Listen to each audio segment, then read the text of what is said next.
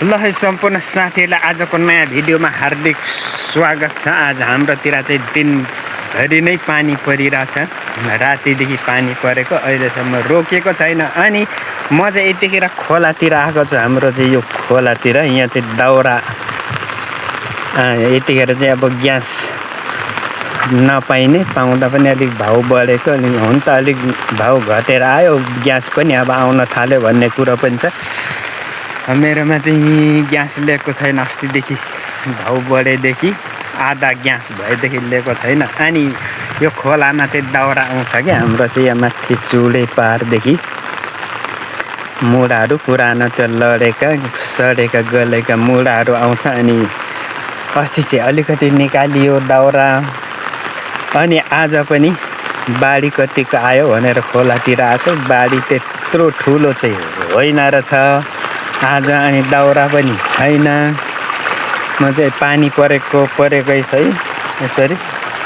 अहिले चाहिँ अलिक थोरै रोकिएको हो, अघि चाहिँ ठुलो पानी पर्दै थियो।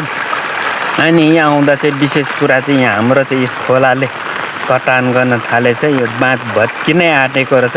यहाँदेखि सिधै पर पहिला पनि यो बाँध नहुँदाखेरि सो पानी गएर चाहिँ गाउँै बगाएको थियो थुप्रो गाउँहरू।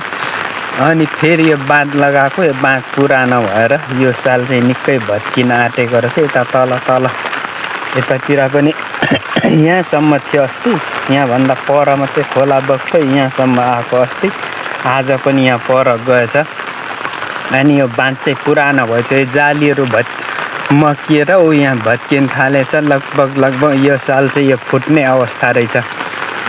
यो विशेष भयो आज मेरो लागि चाहिँ। यो दाउरा भन्दा पनि यो चाहिँ निकै डर लाग्दो भयो। यहाँदेखि यता फुट्यो भने थुप्रै क्षति हुन्छ। यहाँदेखि तलतिर मदन भण्डारी राजमार्ग त्यसलाई पनि क्षति गर्ने भयो। यताको घरहरू, यहाँ थुप्रै घरहरू छ यतापट्टि।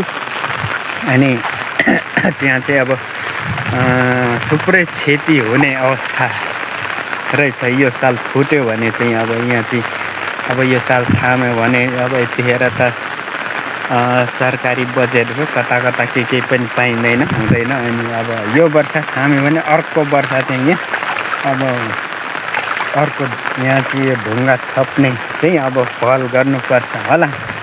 यो सालै थाम्न निकै मुस्किल जस्तो छ। यतिखेर भर्खरै साउन लाग्दैछ। साउन त आज कति 4 गते कि कति गते हो, 4 गते होला। अनि यो बर्खा थाम्न निकै मुस्किल रहेछ। यसरी पानी आउँछ, यताबाट ठुलो खोला, यताबाट अलिक सानो। अनि यताबाट आउने सुकुना खोला यता सानो, यताको चाहिँ चाँजु खोला भन्छ। अनि यहाँ चाहिँ अब यो अवस्था रहेछ। म पनि दाउरा हेर्न आएको, खास गरी चाहिँ अब यता पारी जान्छु म। ठुलै छ, गतिलै छ खोला। खोला गतिलै छ, तर दाउरा चाहिँ आज छैन। के भेटिन्छ। म पारीतिर जान्छु। दाउरा अस्ति चाहिँ अलिकति निकाल्यो, त्यो निकालेको पनि सकिन आँट्यो नि त। अब महँगै भयो नि, ग्यास नलै भएको छैन जस्तो छ। यो बर्खामा दाउरा अलिक भेट्यो भने पनि नबल्ने, सुकेको हुँदैन नि त, चिसो हुन्छ। अनि दुःख भइरहेछ। त्यही भएर फेरि अलिकति अब पछि हिउँदोतिर नि जाइन्छ नि त। हिउँदोतिर त अब बोक्न जानुपर्छ, माथि चुरे पारतिर दाउराहरू बोक्न जानुपर्छ। अनि अब हिउँदोतिरको लागि पनि खोज्नु नै पर्नेछ। यो बर्खामा पनि गाह्रै छ। अनि त्यही भएर म चाहिँ यता आएर छु। यताको नि खोला गतिलाई आएछ, निकै काटिसकेछ यताकोले पनि।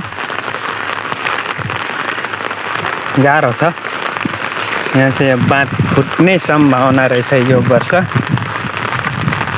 अनि डरलाग्दो स्थिति भइसक्यो। यहाँ चाहिँ अब यता माथिसम्म जान्छु म, के हेर्छु। खोला ठुलै आएन छ खासै। त्यही भएर यो पानी पनि परेन छ नि त। हिजोअस्तितिरको पाइला नै पानी त ठुलो पर्दै थियो जस्तो लाग्यो, तर किन यति सानो भएछ यहाँ चाहिँ। त्यही भएर यसरी खोला बगिरहेछ। यहाँ पनि निकै पर पुगिसके फोर्स यताबाट बग्थ्यो यहाँ पर बिचबाट यो पालि यता छेउमा खोला आयो निकै डेन्जर खतरा भइरहेछ यस्तो छ हजुरहरू हाम्रोतिर चाहिँ तपाईँहरूकोतिर चाहिँ पानी पर्दैछ कि पर्दै छैन कमेन्ट गर्नु होला आज साउनको 4 गते कि 5 गते हो जतै पनि बिर्सिँदैछु म त त्यस्तो अवस्था पो छ त गाह्रो छ मेरो त अनि दाउरा कतिको फेर्छु म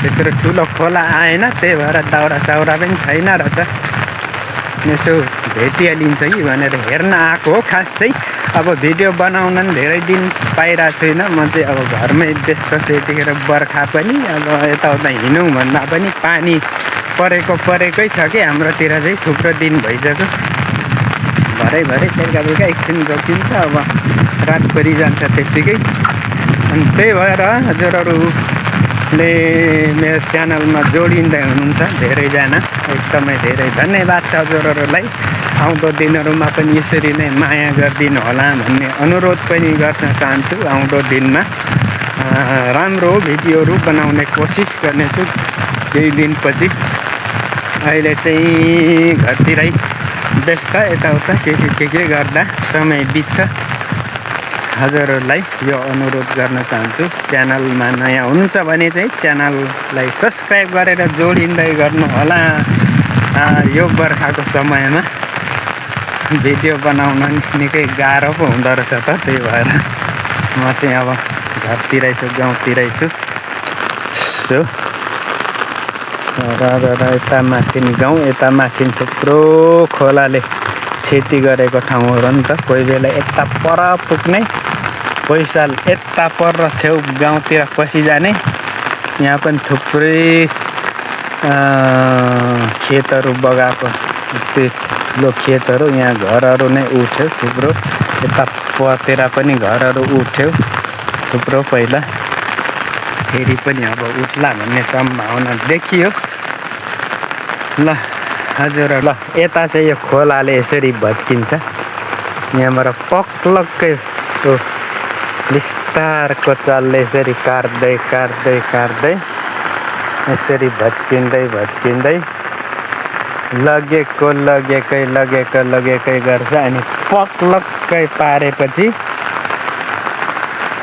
गाउँै बगाइदिन्छ यस्तो हालत चाहिँ बालुवा छ नि त ढुङ्गाहरू छैन माटो मात्रै छ अनि त्यही भएर एकदमै गाह्रो छ यसरी यहीँले भर्खरै हेर्दै भत्किँदैछौ अब यो पनि भत्किन आँटेको यो पनि पक्लक्कै लड्छ एकछिनमा अनि फेरि अलिकति यता लड्छ अनि चाहिँ समस्या पार्छ यो खोलाले यसरी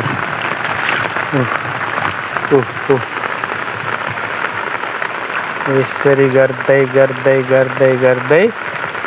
पक्लक्कै पार्छ अनि चाहिँ समाप्त हुन्छ यो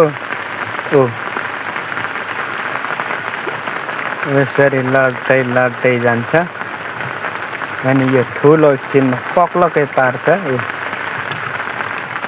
यसरी पो बिजोग पार्छ त यहाँ समस्या छ नि ठुलो यसरी पारै तल यहाँदेखि यो खोला चाहिँ एकदमै गाह्रो पारिरहेछ कि खेतहरू बालीहरू धान रोपेको खेतहरू बगाउने सालै पछि गाह्रो छ त्यस्तो खतरा छ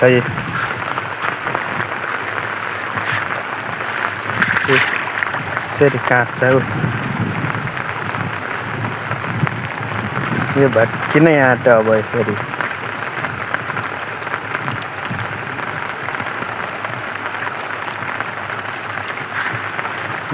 काट्दै खोला चाहिँ खास यो बिचमा बग्नुपर्ने हो तर यो साल यता गयो अनि यता क्षति गर्न आँट्यो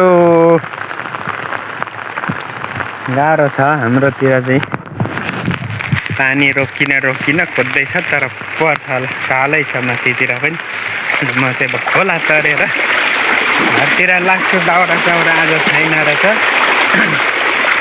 केही छैन त्यही भएर नभयो अवस्थाहरू खोलाको अवस्थाहरू हेरिसके पछाडि अब घरतिर लाग्नुपर्छ।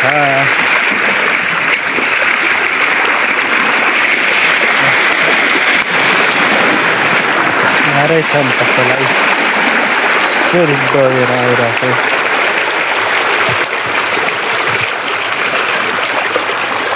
गतिलै छ खोला तर्न गाह्रो भइरहेछ मलाई, तैपनि तर्दैछु।